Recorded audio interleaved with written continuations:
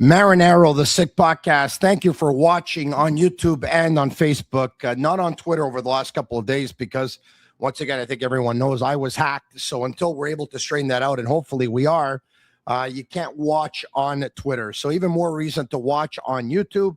Thank you for subscribing. If you haven't subscribed already, please tell your friends and family and you subscribe with them. Have everyone subscribe so the sick community can get even sicker. The Montreal Canadiens placed Sammy Blais on waivers earlier today. Will he get picked up tomorrow? I'm going to ask Eric Engels about Blais being on waivers, why he hasn't been able to crack a spot in the Canadiens lineup, whether or not he thinks he's going to get picked up tomorrow. Tough loss yesterday in Minnesota in overtime. The Wild score the game winner on a power play courtesy of Kirill the Thrill Kaprizov. The Canadiens not happy with the referees. Patrick Laine is being talked about again. We'll discuss Dach, his performance on the first line over the last couple of games. A right-handed defenseman are the Montreal Canadiens in the market. Their wins versus Vegas, Colorado, and Buffalo prior to last night's loss. And we're going to talk about the goaltending situation. All that and more with Eric Engels of Sportsnet.ca coming up in 3 short minutes. Stay with us.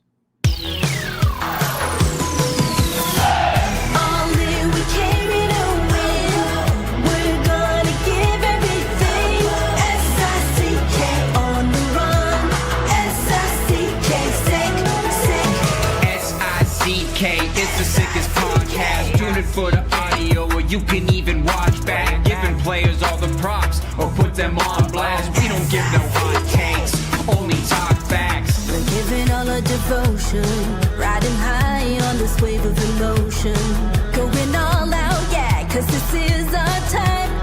No, ain't no stopping us till we reach the finish line. All in, we came here to win. We're gonna give everything. S-I-C-K on the run. S-I-C-K, sick. On fire, we're ready to fight. We'll bring the house down tonight. S-I-C-K on the run. S-I-C-K, sick.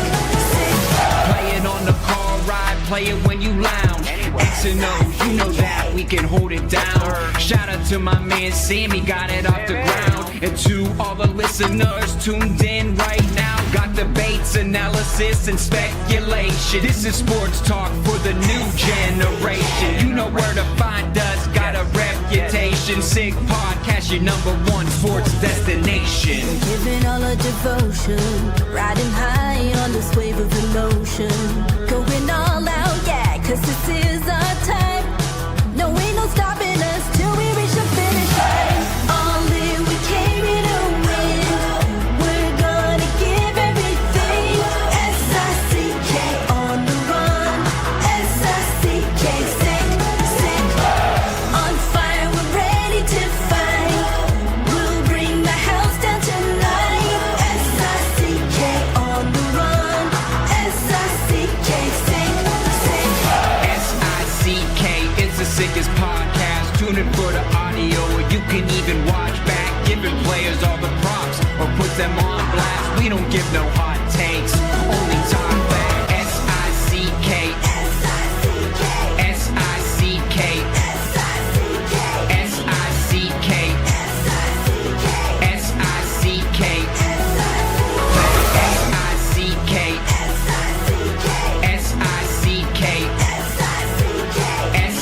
S-I-C-K, S-I-C-K. All in, we came here to win. We're gonna give everything. S-I-C-K on the run. S-I-C-K, sick. Turn up your volume. Because you're about to listen to The Sick Podcast. With Tony Marinaro. 55 seconds left in the penalty, a minute and 27 seconds left in regulation time. Boston 4, Montreal 3. Lafleur coming out rather gingerly on the right side. He gives it into Lanier, back to Lafleur. Oh! The sickest Montreal Canadiens podcast. You're in the ball! Sports entertainment like no other. Rejoint, on lui fait perdre la rondelle, une passe devant. Et c'est le dégagement, et ce sera la victoire des Canadiens. Coupe Stanley pour les Canadiens. Leur 23e de l'histoire. You found the dogs! John, you found the dogs. He found the dogs. And all together, they worked a young team to the top. And now a 24th Stanley Cup banner will hang from the rafters of the famous Forum in Montreal. The Canadiens win the Stanley Cup. Brought to you by Energy Transportation Group. Driven to be different. La Vida TV. Embrace your true nature. And Playground, your premier gaming destination. It's gonna be sick. Marinaro, the Sick Podcast. I hope everyone's doing well. Thank you for watching us on YouTube and, of course, on Facebook. I hope Eric Engels has a lot to say because, as you can tell, I'm losing my voice. Another reason why I had to refuse an invitation from La Poche Bleue earlier tonight and couldn't make it because I got to preserve this thing because, of course, we have another big show to do tomorrow after the game between the Canadiens and the Jets in Winnipeg. Speaking of which, Eric Engels is in Winnipeg to cover that game between the Canadiens and the Jets. And I want to talk to you about Allard and Aimont. For nearly 50 years, Allard and Aimont has set the standard for HVAC service in Montreal. Their focus is simple, unmatched quality, and dependable comfort for your home.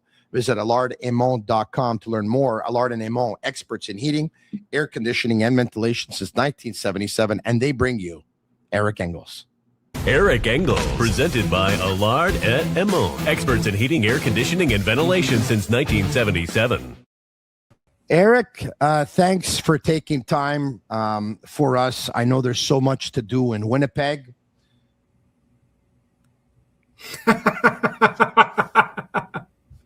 You didn't need to say anything more there.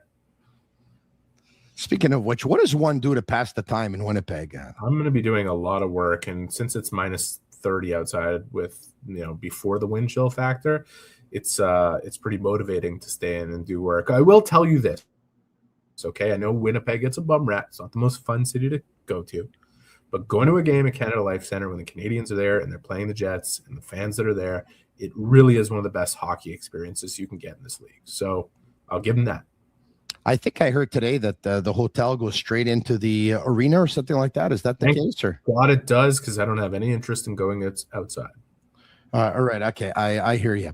That loss last night, I mean, I heard Marty St. Louis presser after the game. I heard Nick Suzuki speak as well. I heard Kirby Dach. I heard Ivan Demidov. I mean, look, they were happy with the point, but they were a little bit disappointed with the referees. Obviously, they thought there should have been an interference call on Joel Eriksson Ek. We've seen a couple of pick plays this year, some of which it was the Canadiens that were doing the picking. Marty St. Louis called them legal interference at the end of those games. My question to you, Eric, I asked the same question last night to Pierre Maguire. I'll ask you, as we take a look at that loss and actually move on and talk about a bunch of things like Samuel Blais being placed on waivers earlier today. Eric, was that legal interference or was that illegal interference? It's right on the line, and that call goes 50-50 either way. It's just the way it's called throughout the league. You never get consistency with it. You could argue that Eriksson Ek didn't do one specific thing to get Nick Suzuki's way, just held his ground. You could also argue that he was perfectly positioned to be in his way and tripped him. Yeah. It's a 50-50 thing in overtime. You either get it or you don't. I didn't have as much of a problem with that one as I did with Demidov walking down Main Street with the puck on his stick in the primest scoring area of the ice and getting his stick slashed. And that's an automatic call when it breaks. You know what cracked me up is like the fans who are sending me freaking screenshots of Demidov's stick snapping just before he got slashed and this and that. As if like the official who's placed in the corner can pick that out split second, and that it had nothing to do with Bogosian slashing his stick, as if we know for sure that his stick was snapping before he like got it snapped by Bogosian. It doesn't matter if he was slashed on his stick. It's a slashing call. It doesn't matter whether it's snapped penalty. Or after, It's during. a penalty. That's right. 10 times out of 10, it's a penalty. And I think the official in question who made the call, when he went over to the bench and you caught that exchange with Marty St. Louis, was basically telling him we got it wrong and missed it. So, I think there's a lot of Canadiens fans frustrated. I think they see Chris Schlenker and know what happened in Edmonton earlier this year and draw a direct link. I think Boston Bruin fans today are saying that there's a conspiracy against their team. I think Toronto Maple Leafs fans are saying they haven't gotten a call in 3 games and there's a conspiracy against their team. I think it's just fair to say that the officiating, which Gary Bettman consistently says the greatest in the world, and I would concede that it's the hardest sport to officiate in the world. Why?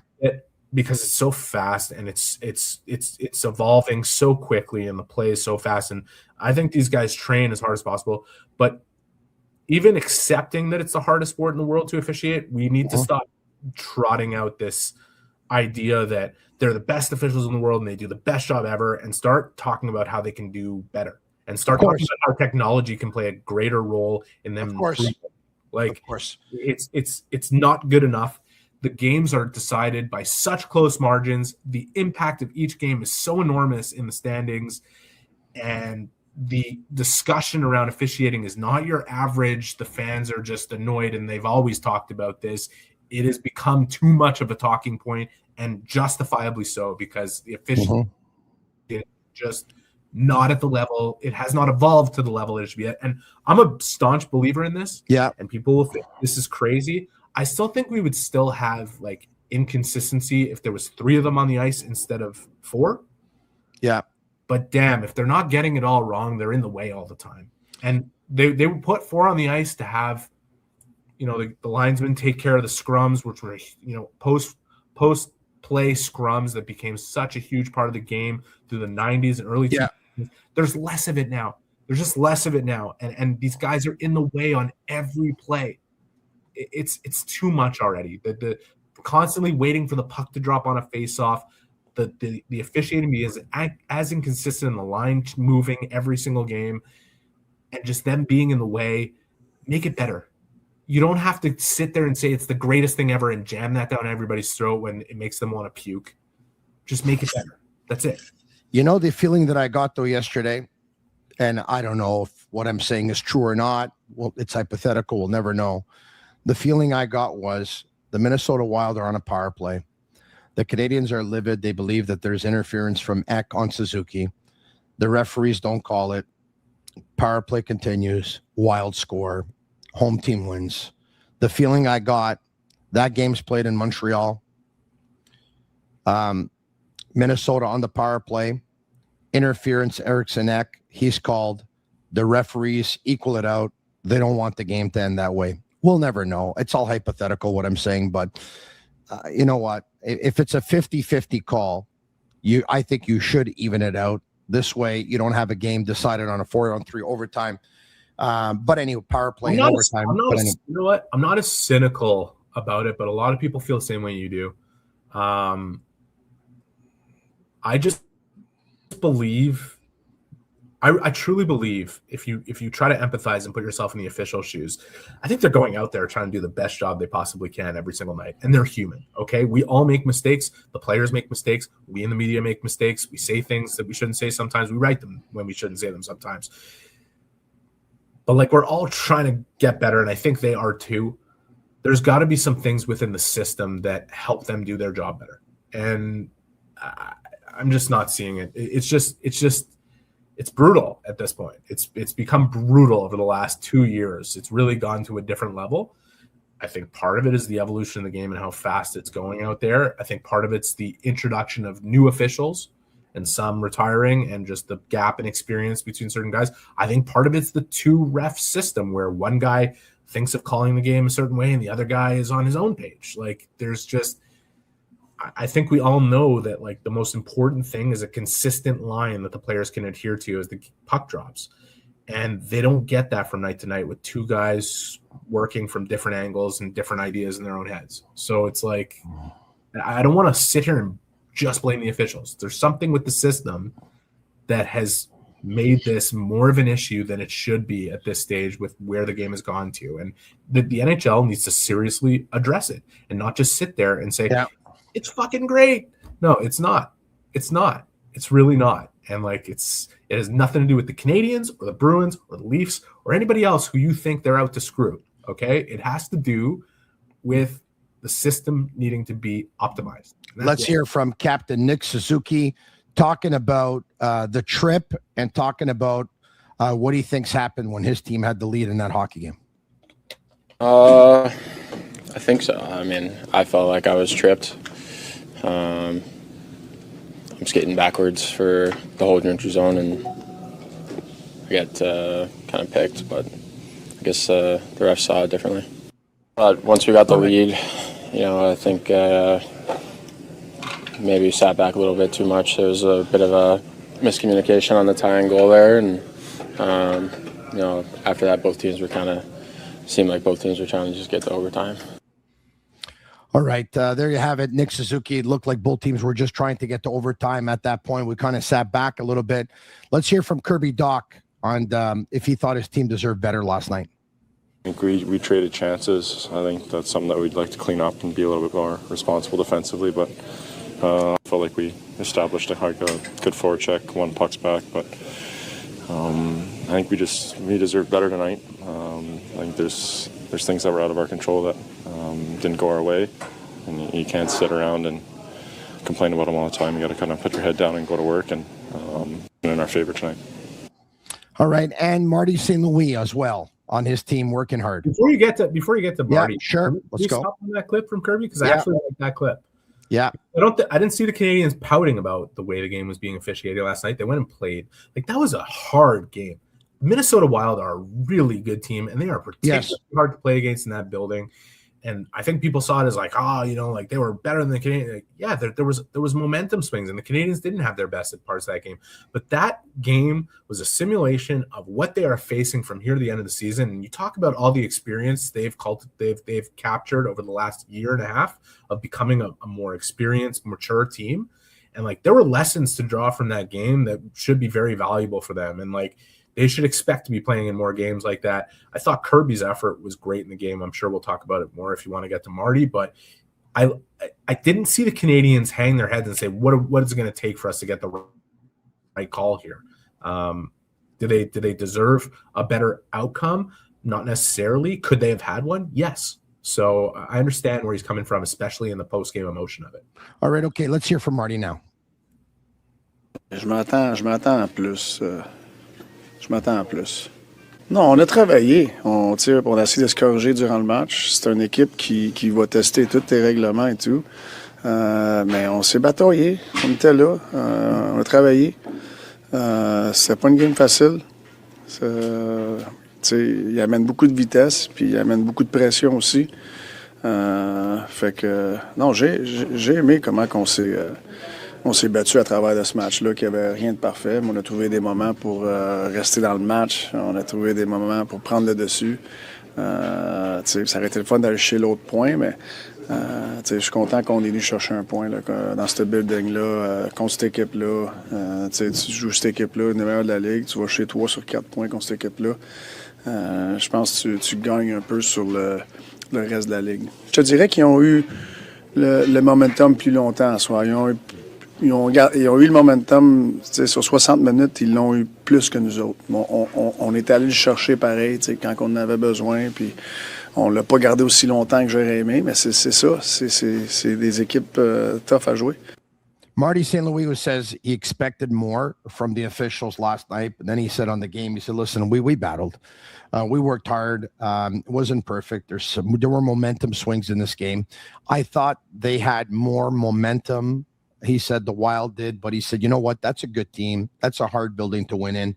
He says, we played this team twice now. We picked up 3 points out of a possible 4 versus this team. That's not an easy thing to do. I think we're actually gaining ground on maybe the rest of the league. We're probably going to have a tougher time of picking up 3 points out of 4 versus the Minnesota Wild. So he said, you know what? We battled. We worked hard. Would have been nice to get the extra point, but you know what? We'll take the point. Yeah, and I'll go back to what Kirby said, right? Where he said, we probably traded chances a bit too much, and that cost us, and we learned from that. He's right. When the game got tied 3-3, it was in a certain flow where it sped up and some chances were exchanged. And Nick said that there was, kind of a cross up in the reads. Caulfield got lost on Faber as Matheson was stepping up. I don't think he expected Matheson to make that move at that moment. Things happen in split seconds, but Kirby's right. There is something to learn from that. In a game that you're playing where it is so tight. There's no space on the ice. It is checking, and very little breathing room, and the whistles are parked and pocketed. That's the stuff where you have to avoid the temptation of playing to your talent and just keep it simple and keep playing the game that's in front of you. Marty talks about it all the time, and the Canadiens have gotten so much better at it. They have matured a ton, and that's why their B game came through a point last night. But, like, it's little stuff like that if they keep getting better at it, they'll be ready to play in the playoffs when it comes. All right. Samuel Blais placed on waivers earlier today. Here's a guy who gives you everything he has. Here's a guy that's very respected in that locker room. The guys love him a lot. But I guess if you take a look at last year in the American Hockey League, the entire season, Canadiens sign him in the offseason. They place him on waivers. He gets picked up by Toronto. He doesn't play much with Toronto. They put him on waivers. He gets picked up by the Canadiens. He doesn't play much with the Canadiens. When he does play with the Canadiens, his ice time is always under 10 minutes per game. Mm-hmm. I guess we shouldn't be surprised.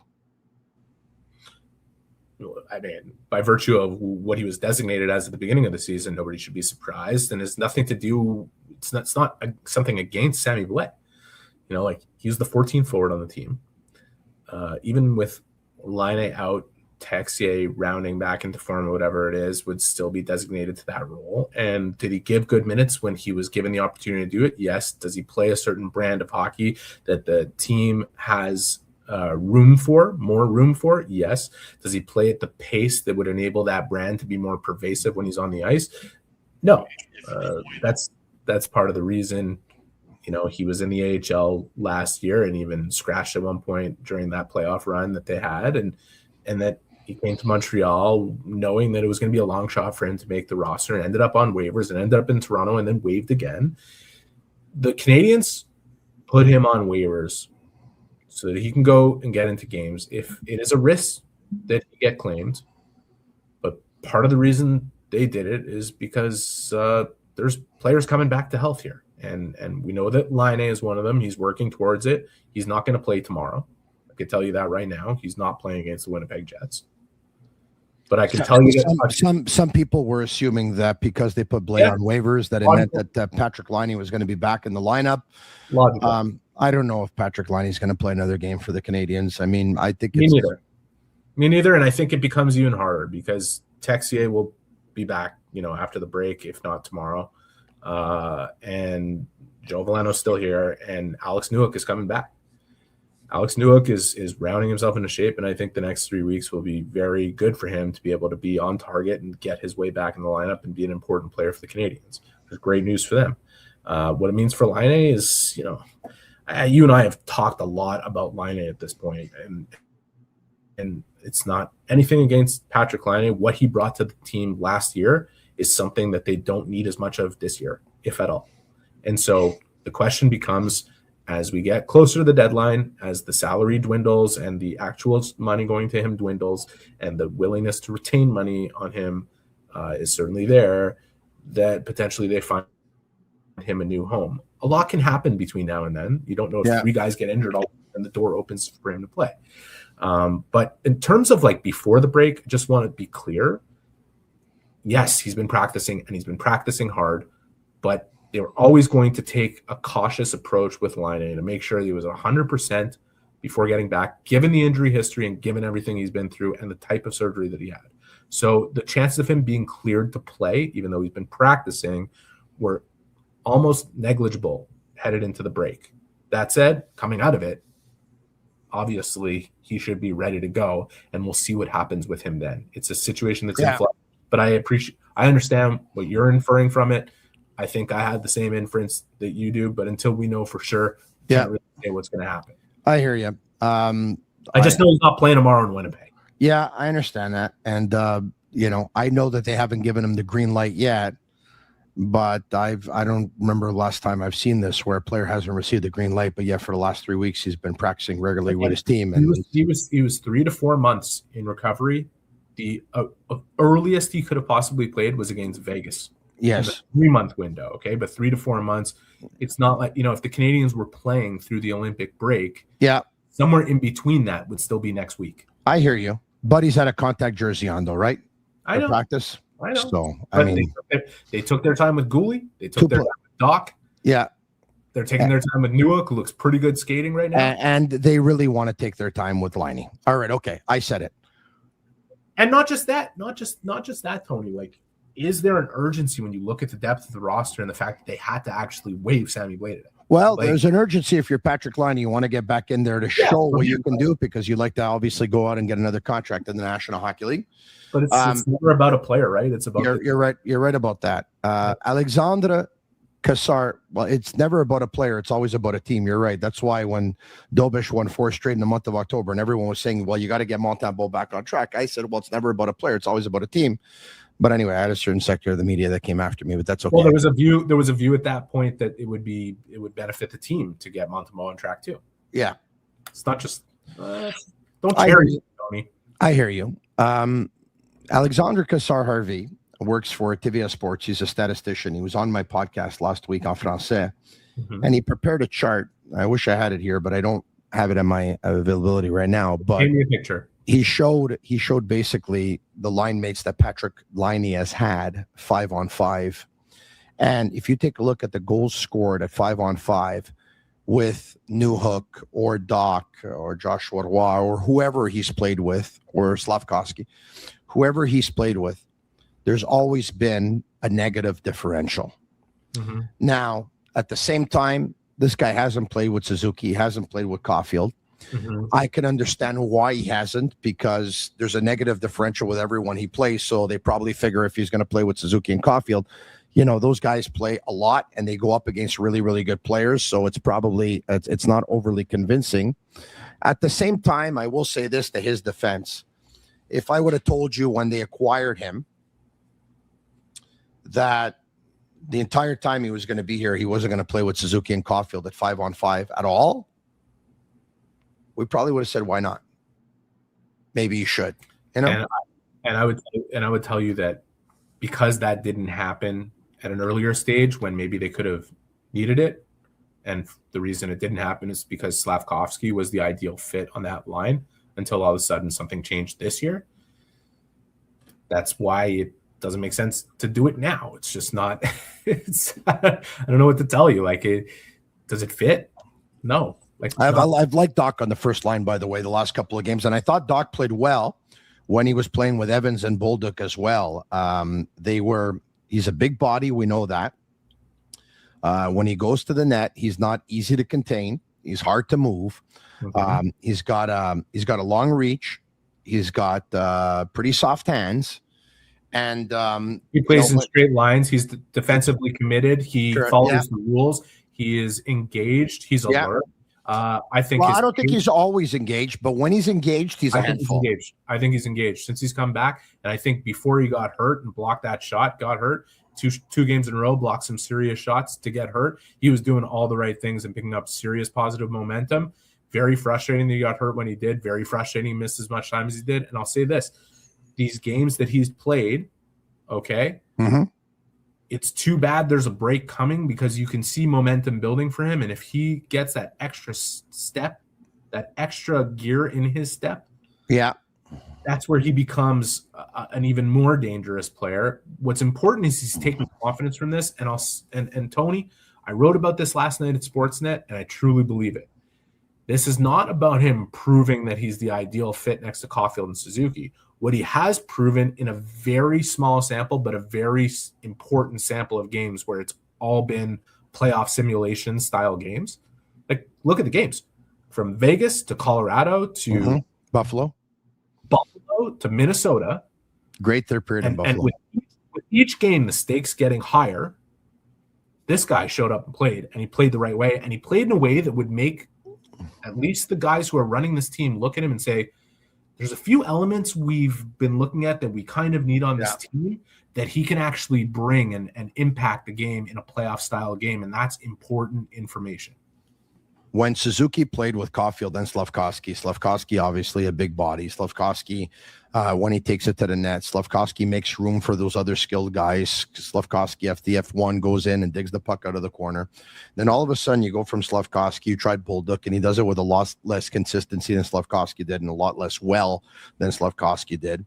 And then you end up going to Texier, and Texier all of a sudden I think could read the game at a very high level. His skill level I think is extremely underrated. So all of a sudden he looks like he can fit in with Caulfield and Suzuki, but he doesn't look like he fits in all that great on the road. He's obviously a different player than he is at home on the road. So what you want maybe is you want a hybrid in between those two guys, in between Texier and Slavkovsky, or you want someone whose play resembles Slavkovsky as much as possible. And Dach, or you use them both. Yeah, correct. Or you use them both, and you pick and choose depending on the situation. And then when you get to playoffs, you have more answers. And that's what I think the real answer is. I think that it'll be extremely hard for both of them to be able to play their best hockey, to be full-time line mates of Suzuki and Caulfield. But I think you can use both. And I don't know if it's going to be as easy as saying use Texier at home and use Dach on the road. Maybe not, but I think they're short. They can both be used. You're right. I think they can both be used. Even better, and what we've learned is that both of them can be useful in different parts of the lineup. That is important. Don't forget what Kirby looked like on the line with Bolduc and Evans. He was picking it up to the point where it's not like Texier is so hurt that he can't play. He's going to the Olympics. He's going to play. Okay? They have depth. They're winning games. They don't need to force it while he's dealing with a minor issue. But they particularly felt more comfortable not forcing it, I'm sure, with Dach picking up his game and playing the way he did for the fourth line. So what I see for both these players is opportunity. I think Dach in particular, with where the games are going and how they'll be decided and the margins being as thin as they are, has a heaviness and a style of game that if he maintains it and continues to build momentum, can be a useful player. And it's really fascinating to me as a subject because go back through his time in Montreal, we have not seen him play in these games. We have not seen him play in games of this type of implication. Were the Canadiens trying to be competitive last year? Absolutely. But it wasn't until he was really out of the lineup that it became life and death with every game that they played. Now he's here and all the games matter and are so significant and are of a playoff kind of nature. That game against Minnesota was as close to a playoff game as any of them look like in the regular season. And he looked like one of the better players from Montreal. That's a big, it's such a small sample, but it's a very relevant sample to the fact we need to evaluate this team. You're watching the SIG Podcast, and it's brought to you by Energy Transportation Group, a leading asset-light 3PL that's driven to be different from cross-border freight between Canada, USA, and Mexico to coast-to-coast shipping in both Canada and the United States. Energy moves it all. They're fast, reliable, and powered by tech that delivers smarter logistics. If you need a real partner in transportation, contact the team at sick@shipenergy.com and see how Energy Transportation Group is changing the freight game. Also brought to you in part by Playground. Winning Wednesday is the ultimate midweek experience for players age 50 and up. Start your day with a $5 breakfast as of 7 a.m. on Wednesday mornings. That's right, $5. Take your shot at winning your age of cash with hourly draws until 10 p.m. And don't forget to claim your free play, also available until 10 p.m. Wednesdays were made for winning, only at Playground. Also, you see that fridge behind me, it says Bittt Tibi, and for big games you want the best beers on your team, whether it's Bittt Tibi IPA with its bold flavor, Bittt Tibi Lager with its exceptional smoothness, or Bittt Tibi Ultra Lager, which is ultra light and ultra refreshing. They always have a place on your team. Bittt Tibi, brewed for special occasions, and please drink responsibly. It's winter and there's snow and there's slush. And there's also the Slush Buster. Slushbuster.ca is the website. Check it out. It's an innovative snow brush designed to tackle winter's mess with ease. From heavy slush to stubborn ice, the Slush Buster clears it all quickly, keeping your car clean and your hands dry. Smarter, stronger, and built for Canadian winters. Use code TONY15 for 15% off your order, only available for the first 500 purchases. Visit slushbuster.ca. All right, okay. Kirby Dach, I think we've agreed that we like him, that he's playing well over the last couple of games, and just in time, Kirby Dach, of course, because he's in the year four of a 4-year deal, which will be up at the end of the year. He's an RFA after that. The goaltending. Do we finally have clarity? Yes or no? I think it's a lot more clear. Are we at a point where the goalie who wins, for the most part, continues to play? Yeah. So would that mean you expect Sam Montembeault to play tomorrow? I do. Yeah, me too. Yeah. I think so too. Don't have any knowledge on it, but I guess we'll find out when the Canadiens take their morning skate. But I think Sam Montembeault will probably play tomorrow. And you know what? If there's one thing you want to be encouraged about in that regard, it's when he's had a fair amount of time off and you look at those first few starts when he came back from Laval, what they looked like, played well. So I would hope that he'd rebound from a tough game in Boston and continue on that trend. And that'll be even more reassuring for the Canadiens. And this game's life or death for the Jets. You know, like they're of course a desperate team. They have not thrown in the towel on making the playoffs no matter where they stand, and they're going to make it hard. And you hope the Canadiens aren't checked out and on their way to wherever they're going, whether it's the Olympics or vacation. It's always a threat, especially up against a naturally more desperate team, though the Canadiens have some desperation as well with where they're at in the standings. Every next game is the biggest one. I think there's a lot of people who are wondering, like, what happens with Fowler after the break and this and that. What I expect and what I'm hearing around the situation is Canadians like where their goaltending's at right now. Okay, Fowler's going to play as much as possible in the American Hockey League. They're looking for a coach to be with him, but it's my expectation that Marco Marciano is going to go down and work with Fowler during the Olympic break. Okay, that makes sense to me. Yeah. That's what I thought was going to happen. The 10 games Fowler got up here were incredible experience for him. He learned how to play at this level. He learned what it's all about. He got to play in different rinks, in hard rinks to play in. He got to play at the Bell Center and know what it's all about, including, get the feel of like what happens when that puck hits the Zamboni door and ends up in front of the net. Like, this is stuff. This is experience you can't buy, and he wouldn't trade for anything. As to whether or not I would expect to see him again this season with the Canadiens, something drastic would have to happen with the other two guys. But you have to look at it globally and say that Montembeault, since he's been back, has been relatively solid, with the exception of one game where you're kind of like, this isn't good enough. Like, hopefully he continues down that path. You're talking about the game in Boston. Yeah, if he does, then you've got some things to consider. I'm not going to sit here and say we've seen the last of Fowler and that's decided. But like Kent Hughes said at the beginning, in the midseason press conference, that it wasn't the plan to have Fowler anywhere but the American Hockey League this year.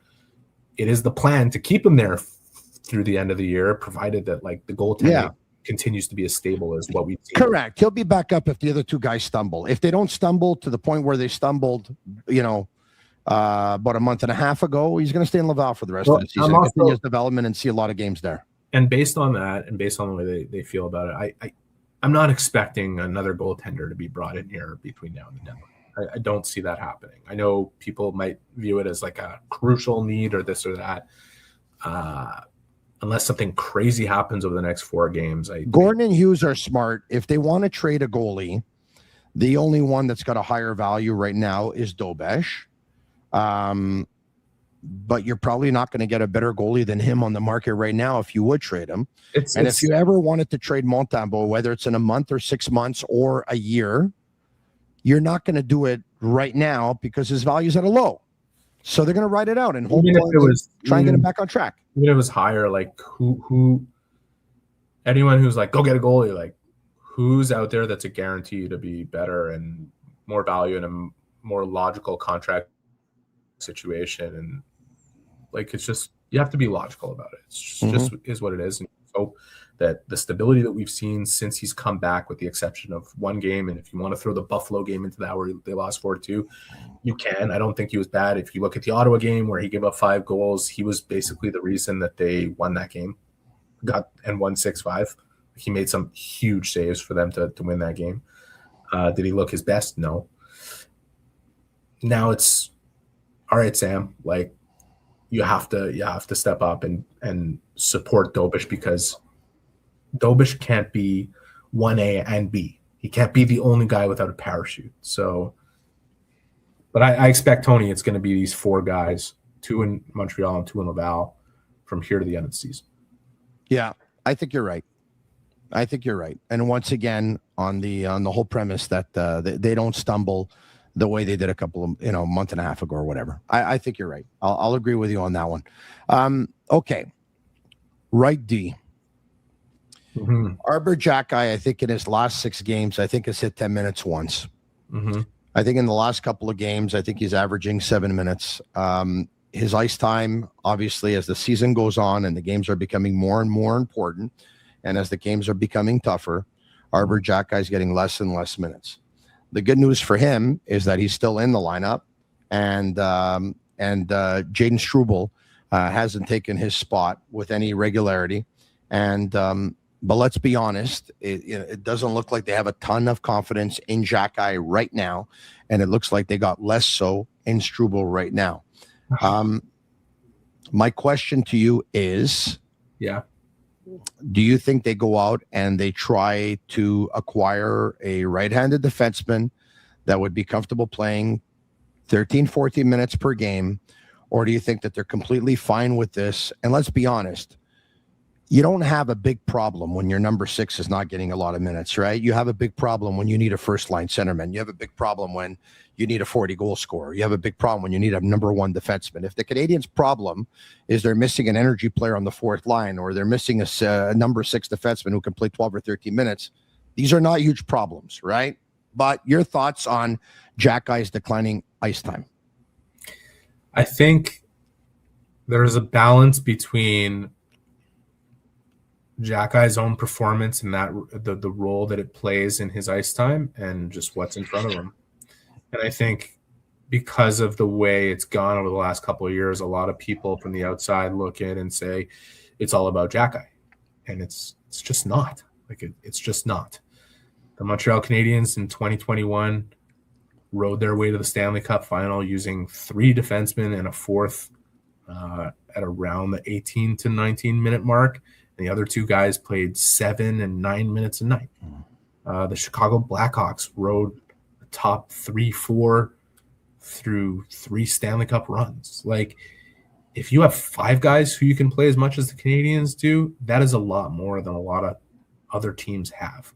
And I think the Canadiens' blue line is as good as just about anyone you can find me in the NHL. I think Colorado's right at the top. Minnesota's up there. There's probably a couple other teams that I can think of. I'm not thinking of them off the hop, but like Montreal's right there. And that's a really tough thing. It's a tough thing for any defenseman to not be playing 12 minutes a night. That said, I don't think the Canadiens are going in the market looking for a 6th defenseman. I don't think that's a need that they've addressed or that they feel they need to address. And I think they like what they get out of Jacki, and they like what they get from Struble, and they appreciate that both of them are young players in a tough competition in a very difficult job to make worth of themselves with what's going on in front of them. And I understand how polarizing the debate is about this, and I understand how frustrating it is for probably Jacki, for probably Struble, and for their fans. But there are worse places to be than in the National Hockey League on one of the best blue lines in the league. And if they were somewhere else, they'd probably be playing more. But the Canadiens value them more than they do spending assets on a guy that's like coming in to play 11 minutes instead of 8. Would they consider getting a stud defenseman that plays right underneath Noah Dobson in their lineup? If that falls in their lap, it's something they're going to have to consider. But so you're saying Matheson back in an ideal world? You're saying Matheson back with Dobson, Lane Hudson finds himself a right D partner, and Gooley ends up being lefty on your 3rd pairing with Jack. I'm saying you have a better chance. Or with Carrier, pardon me. Yeah, no, I'm saying that you have a better chance of that the Canadiens would be interested in a defenseman who could who could play above their bottom pairing than going out and trying to get a guy who can play 11, 12 minutes instead of 8, 9. Like it's not so much of a need that they should be out hunting in the market for that. And I don't think it would really change the way Marty St. Louis deploys his defense. So, and again, is that even a pressing need right now ahead of the deadline? No, like it's not. Maybe in time it'll prove to be, but it's this blue line is really, really good. And I like personally, it is Tony, really good. I It like is really good. Dobson. I like Hudson with Dobson. I think I love Hudson with Dobson. I don't know why. They up until the last week they'd played 140 minutes together, and well, I know why, because they love the pairing, obviously, of Matheson and Dobson. That's why they were together that long. We don't talk enough about how good Dobson has been this year. Dobson, I think he's taken his game to another level in the last couple of weeks. I think he's taken his game to another level. He's been unreal. You'd like him to play a little more pissed off here and there instead of in the rocking chair, but he's so good in the rocking chair. I don't think that's in him. You know what? I disagree with you. And I'm going to say this. When I always say that. Your thing is all right, okay, and I say I'm going to say this. Yeah. Dobson, when you like hit him early in a game or you catch him, he gets pissed off. He gets pissed off and starts to play with a little more physicality and brings his game up a level. And I think it's really important to know that that's in him because he needs to. You got to get it out of him, though. Yeah, you got. Lane shows up to games with that already in him. But you would hope that it comes out of him in the playoffs. That the games that require you to elevate, that is his way of elevating. His way of elevating is incorporating that stuff a little bit more, even a fraction more into his game. Because when he does it, he goes from, wow, he's really good in a rocking chair to he's even better on his toes. And that's dangerous because he's been so good. He's been so consistent and so good. We don't talk enough about it. We really don't. Goalie, there's a player for me that's very important to the Canadiens who this back half of the season is crucial for him to get into the type of rhythm where we've seen what he looks like when he's at full confidence, full peak. There's some inconsistency in his game right now that is just a natural evolution of being out for as long as he was and constantly having his rhythm disrupted. But when he gets into it and he is on and he locks in, the consistency with which he plays his brand and how important it becomes to the team is right. These next, however many games are left are so important for him. But I like the Canadiens defense. I like what they can do with it. It's so versatile. And I just, Jack Eye will have to continue to bring everything he can. Yeah. If it's 6 minutes or 8 minutes or 13. And Struble will have to do the same when he gets in. And what I find with Struble is like he'll play amazing one shift, and then the next shift you're kind of like, whoa, what are you doing? And that's normal too at his age. Both of them, it's normal. It's just where the Canadiens are at in their actual development as a team makes it more difficult and more challenging. So we'll see how both guys come along, but I know the Canadiens like them both. Having said that, the Canadiens defense would be better off with Caden Gooley playing his natural left side. Yeah, but I don't know, like watching him play against Colorado with Mike Matheson next to him, they were fantastic that game. Was he as good in Minnesota? No. It's that inconsistency we're seeing from him right now is just par for the course with what he's been through. But I think it will sort itself out. And I look at last year, like before he suffered that cut, he was playing unbelievable hockey. Like there's a lot of promise in that player, and there's a lot of leadership in that player, and there's a lot of guts and a lot of the stuff that you need from a player of that style. And give him time to sort it out. I like the pairings the way they are. All right, okay. What haven't we talked about now with this team? Well, the trade deadline's coming. The trade deadline is coming, which is going to be obviously tomorrow at 3 p.m. It would be a great opportunity, of course, and that one goes until let me see. I think it goes until February 22nd. Shane Gaumont on Master Control. I think John Shannon put something up. If we can bring it up, there you have it. Trade free starts at 3 p.m. of course, tomorrow to 11:59 p.m. on the 22nd of February. Teams cannot practice from February 6th to the 16th. They can have full practices after 2 p.m. on February 17th. The Olympic tournament goes from February 11th to the 22nd, and the NHL schedule resumes on the 25th of February when the Montreal Canadiens will host Patrick Roy and the New York Islanders, by the way. Eric, it would be a great time if you're going to bring in a player because they have obviously a couple of weeks to get settled in with their family, and if they have kids in school and all that stuff. You think the Canadiens are going to do anything tomorrow or between now and tomorrow? I don't see anything coming in tomorrow. I really don't, unless something suddenly falls in their lap because teams are eager to move or declare themselves ready to be selling players. I don't think anything's on the front burner right now. That said, you can imagine what's going to happen while activity freezes for 3 weeks and what's going to happen coming out of it. And you'll still have a few games till the trade deadline at that point, right? Play resumes the 24th or 20th. You just showed the graphic. When does it resume? 26th? 25th. 25th, and you have till March 6th. I think the Canadiens... Oh, by the way, the Canadiens over the last couple of years, what moves did they make? I think in the month of February, they ended up trading Sean Monahan last couple of years. I think on trade deadline day, they ended up trading Jake Allen. But usually Kent Hughes comes out and he says, we tried to acquire, but we realized that the price to pay was a little bit too much, and we're probably going to go about our business and do it in the off season. It sounds more like his predecessor actually than it does Kent Hughes, but yeah, but I think Kent Hughes said that. I think we saw, I think they've just made a lot of moves here already. Like they've made. I'm not saying that they're going to sit on their hands. They made big ones in the summer. They acquired Zachary Bolduc. They acquired Noah Dobson. They have Ivan Demidov for the entire season. Rome wasn't built in a day. I get that. They also, signed Alex Texier and traded for Philip Deneau. Yeah. These are not nothing moves that have occurred here. They brought in Bolduc also. They filled a lot of holes. They made a lot of different changes. It's not to say that they're not going to make more. I think they're in evaluation mode. I think they are sitting and thinking every day, who's a guy that we can get that's going to make us better, and what's going to be the cost, and how can we make that happen? And it doesn't make sense for us right now and for the future. I think a lot of people will conflate them not being all in because they're not a bona fide Stanley Cup contender as the youngest team in the league with their refusing to be in the rental market. I don't think that's true.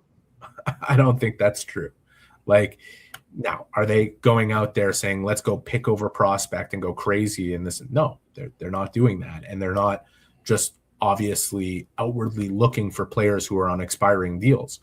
But don't forget, last year they kept all their free agents. Like, they're not afraid to wade into water that if they see a player that really makes sense to them and makes them better, that they'll give up a pick to do that. And, like, look at what they've spent already to get certain players here.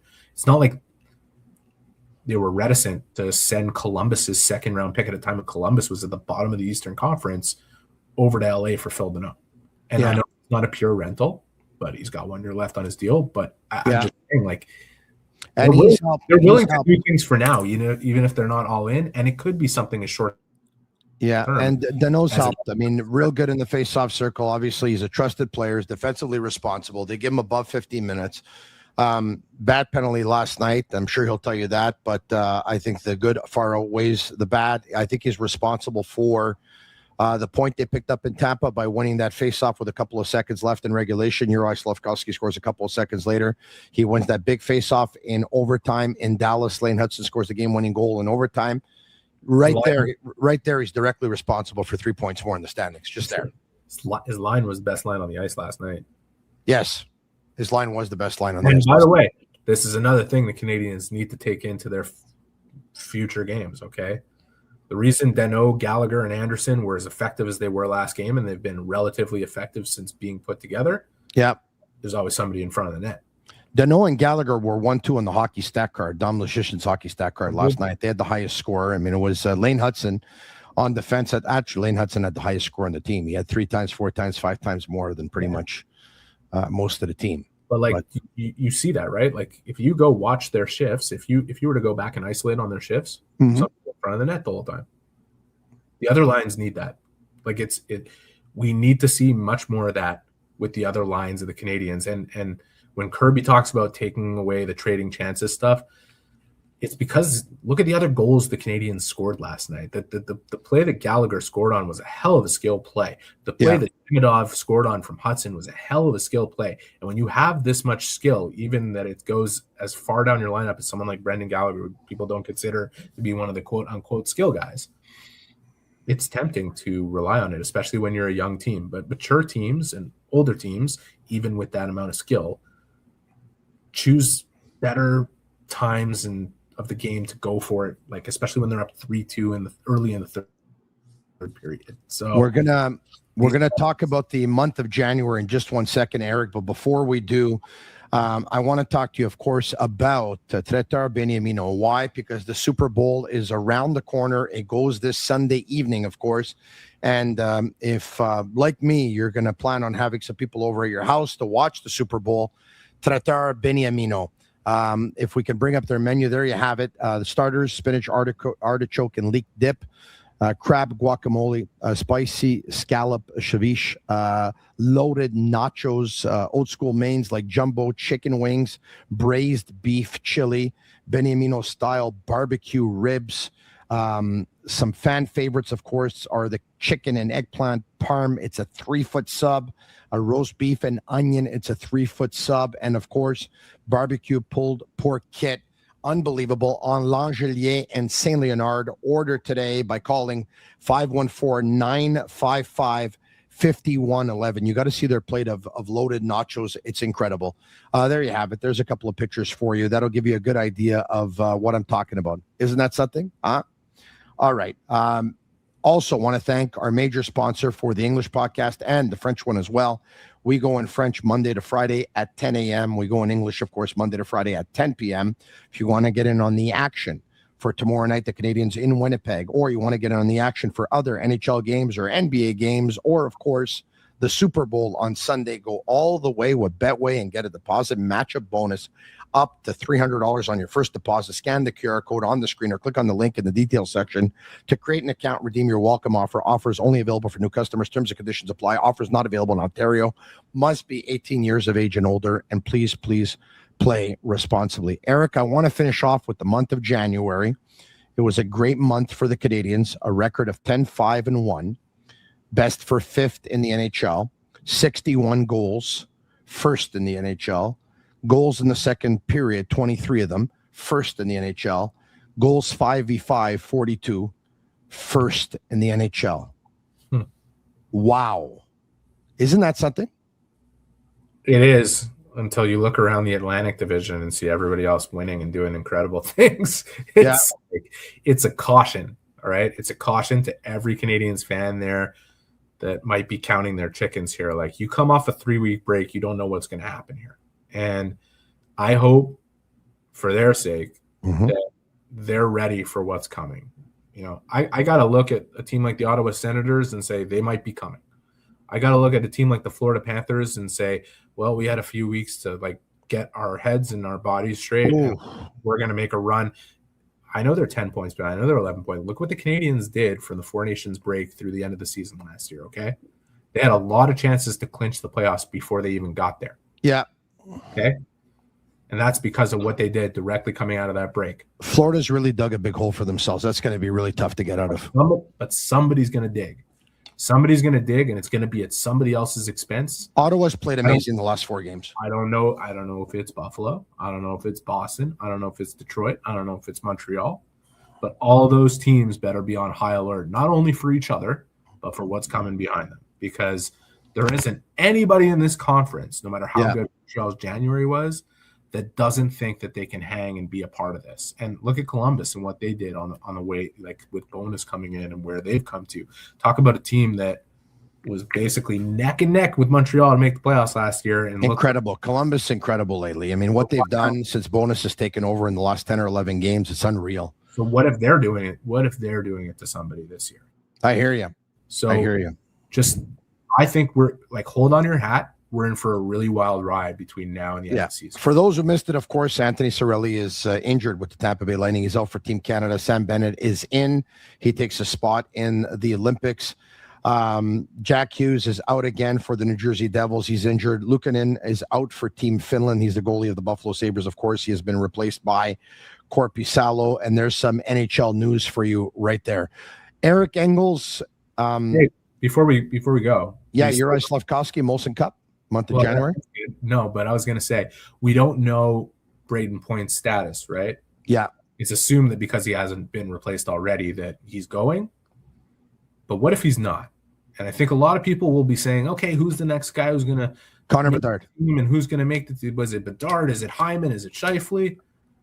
The real question is Suzuki going to play center in his spot? Who's taking Brayden Point's spot in the lineup? Suzuki. I think there's a great opportunity for Nick Suzuki no matter where he plays in that lineup. And I've said this since the start. Yeah. This is early in the year that Suzuki was going to make that team. And if he gets an opportunity to play, he's going to play his way up that roster. And I'm telling you, man, I believe in that. I believe if Point is out, Suzuki's going to take Point's spot. I agree with you there. I don't know if he's going to take Point's spot, but it helps him get a spot. And it helps him be put in a position where he can play his way up because he can do so many things. And so we'll see where it goes. But I hope Brayden Point can be there. I don't want anybody's Olympic dream to be dashed for any reason. Yeah, I hear you. The team. It's awful. I feel terrible for Anthony Cirelli today. But, that's Bennett's win, I suppose. And we'll see where I had projected that Bennett, Wilson, and Marchand would be a line in the Olympics. Yeah. I think I'll end up being right on that. You might. Enjoy Winnipeg. Oh, yeah. I will. Have a great night. There you have it. I will enjoy the game at Canada Life Center. That is a problem. 100%. Thank you, Eric Engels. We'll talk to you soon. Eric Engels, a Sportsnet, our regular collaborator, usually on Mondays, but because the Canadiens played last night, obviously, we got Eric on today. I want to thank, of course, Allard and Emon, experts in heating, air conditioning, and ventilation since 1977 for bringing you Eric Engels. I want to thank the Slush Buster. I want to thank Betway. I want to thank Tibi. I want to thank Playground. I want to thank Energy Transportation Group. I want to thank Tretar Beniamino. I want to thank them all for their support. Thank you very much. And for Shane Gaumont and Master Control and all of you watching and all of you listening. If you like the podcast tonight, like, subscribe, and leave us a 5-star review on Apple. It's our way of feeling the love. Have a good night, everyone. I'll be back tomorrow night right after the Canadiens and the Winnipeg Jets. Joining me will be Pierre Maguire on your number one Habs postgame show in the world. At least I hope. Thank you. I'm Marinaro.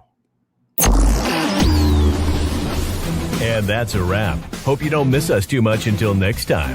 Follow the Sick Podcast with Tony Marinaro on YouTube, Instagram, Facebook, Google Play, and Apple Podcasts. The Sick Podcast is brought to you by Energy Transportation Group, driven to be different. La Vida TB, embrace your true nature. And Playground, your premier gaming destination.